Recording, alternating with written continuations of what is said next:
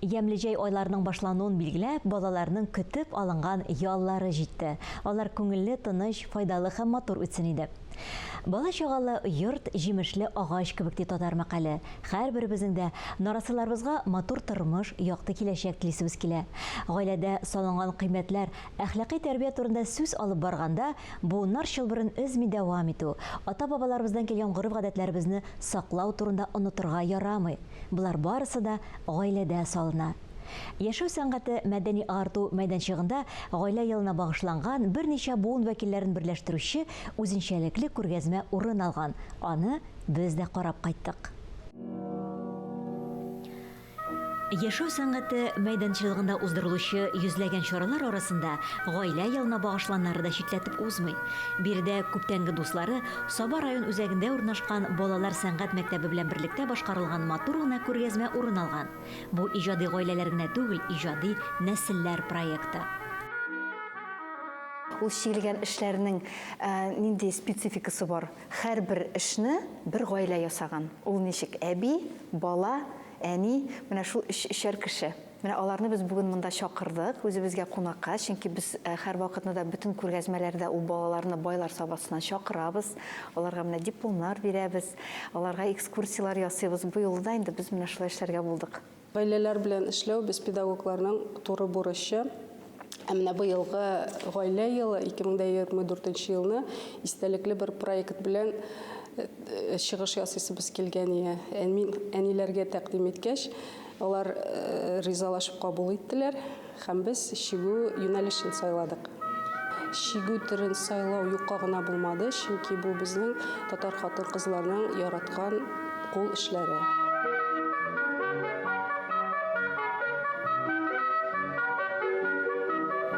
Сәнгать гаиләдәге мөнәсәбәтләрне ныгыту, берничә буын вәкилләрен тагы да якынайту өчен менә дигән чара. Уйлап карагыз әле, менә бу искиткеч шигүл рәсемнәргә 3 буын кеше һәм 3 айга кадәр вакыт киткән. Гаиләдә әлбәттә инде ярату, хөрмәт булырга тиеш, һәм инде ул ничектер балаларың белән әйбәтрәк аралашыр өчен ниндидер хоббилар булырга тиеш дип уйлыйм. Менә мәсәлән, бүгенге көндә без күрәбез, менә бу шигү эшләр белән бәйле, мозаика эшләре белән бәйле, чөнки гаиләләр ясыйлар ул әйберләрне. Монда менә безнең инде мәдәни агарту проектына турында әйтсәк, монда бит безнең лекцияларга да шулай гаиләләп килә башладылар. Ирләр, хатыннар, балаларын хәзер алар үсеп баралар бергәләп. Минемчә, андай әйберләр берләштерә гаиләне.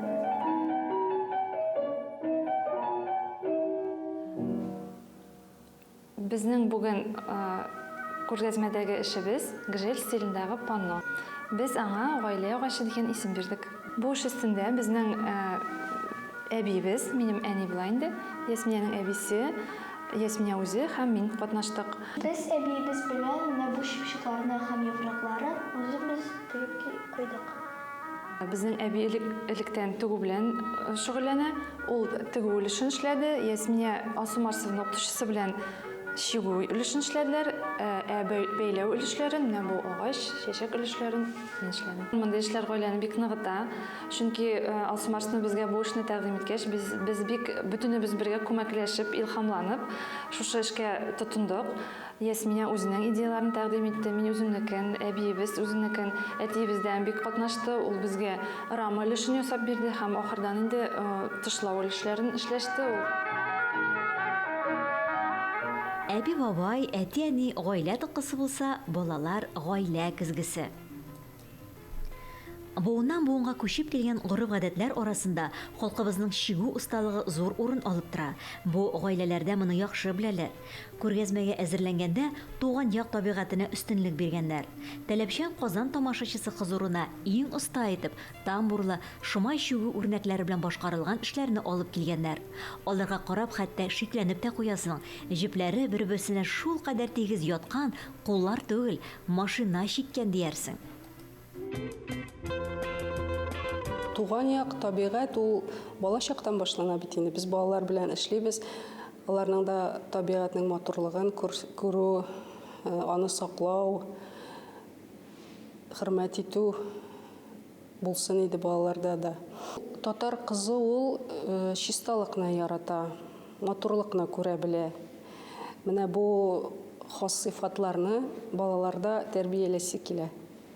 алар шуны күреп үссеннәр иде.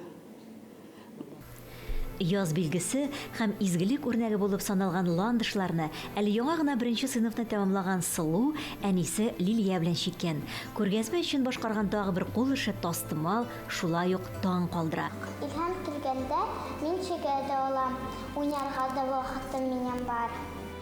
Төсләрен сайлап, нинди төсләр безгә кирәк булачак. Аннары канвага рәсем төшерәбез. Без башта нинди чәчәкләр ясыйсыбыз килә. Интернетта ярдәмгә килә инде. Үзенчәлеклерәк, табигатьтә үсә торган кырыр болын чәчәкләрен шигәргә күбрәк яратабыз. Шуларны төшереп рәсемгә. Ахырдан төсләр сайлап, шигү эшенә керешәбез.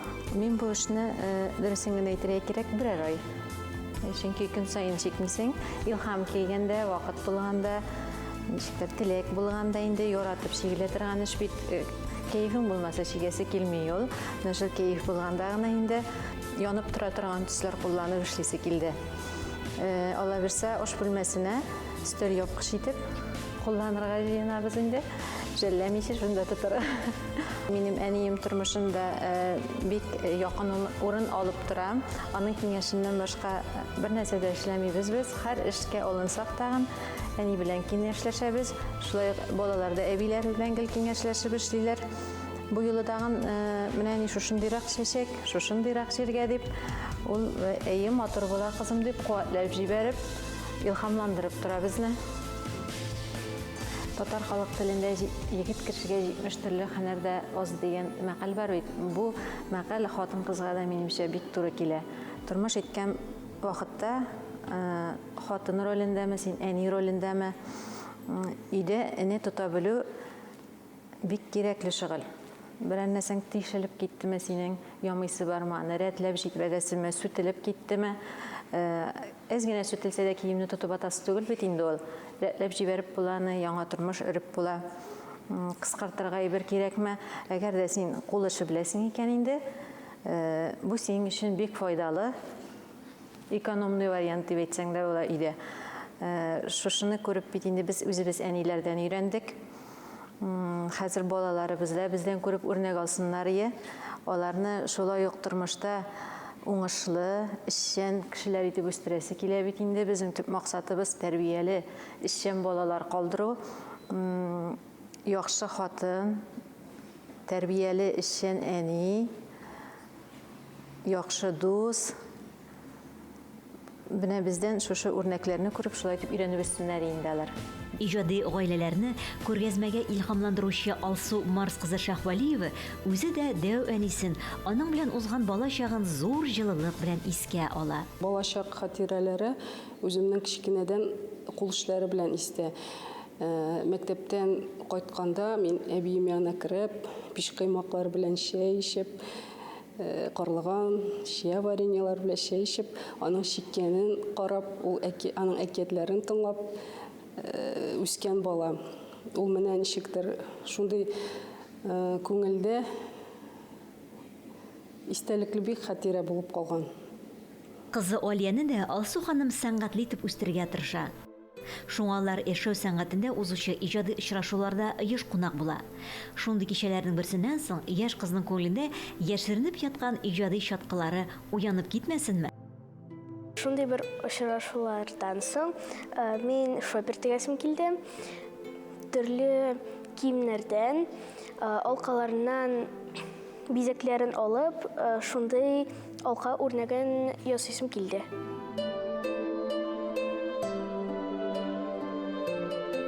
Без түгәрәктә төрле орнаментлар чигәбез, уенчыклар, тастымаллар. Мин өйдә булганда кич белән чигергә яратам, чөнки ул мине расслабляет. Әминә әнисе Альбина белән күргәзмәгә әзерләгән эшләрен табигать китабы дип атаганнар. Зинанда менә чын-чынлап табигать төсләре кулланырга тырыштык. Бу эшне инде гаилә белән эшләп дип әйтә алам. Буш вакыт табып, кичләрен Әминә белән бергә чиктек, тутырып чиктек һәм француз чигүдә кулландык. Бу инде гаилә җепләрен ныгытудыр дип аңлыйм мин. Бу бик кирәкле бала тәрбияләүдә, чөнки алдагы тормышта үзенең гаиләсе булгач, үзенең балаларына да шуны шул эшкә өйрәтә ала. Зариповларның гаилә бәхет ачкычы дигән эшне яшәешнең төп мәгънәсе тормыш девизы итеп алып булыр иде мөгаен.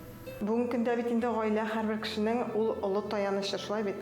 Гаиләдә минемчә кайгырту, ярату, ихтирам итү дигән хисләр булса, бу гаилә инде бәхетле гаилә дип санарга мөмкин. Һәрбер кешегә бүгенге көндә эштән арып кайтканда, өйгә кайтып, җылыныр өчен, көч җыер өчен бер почмак булдыру кирәк, шулай бит. Шуның өчен үзеңнең гаиләсендә бәхетле булган кеше генә бәхетле булалар дип саныйм. Зариповларның гаилә бәхет ачкычы дигән эшне яшәешнең төп мәгънәсе тормыш девизы итеп алып булыр иде мөгаен. Күргәзмә урнашкан яшәү сәнгате проекты үз тарихының икенче дистәсен генә ваклап килә. Шуңа да карамастан үзләре дә инде күптән бер дус тату гаиләгә әверелгән. Менә бер гаилә шикелле яшибез. Безгә менә яңа кешеләр килә. Безгә һәр көн яңа кешеләр килә. Алар менә киткәндә әйтәләр, без ничектер гаиләгә эләккән шикелле булдык дип. Шәп. Менә кешеләр үзләрен шулай дип хис итәләр. Менә безнең менә түгәрәк өстәлебез дә. Аны бөтен кеше бик ярата. Ул гел менә бик күп талантлы, кызыклы кешеләрне җыя. Менә бер гаилә шикелле кешеләр утырып без менә шулай чәйләр эчәбез бергә. Ул безнең традиция. Гаилә матур, нык булса, тормыш та түгәрәк, ил дә нык була. Тормышыбызны матурлык белән бизәүче гүзәл затларга Алла рәхмәтләребезне белдереп, афәрин диясе генә кала.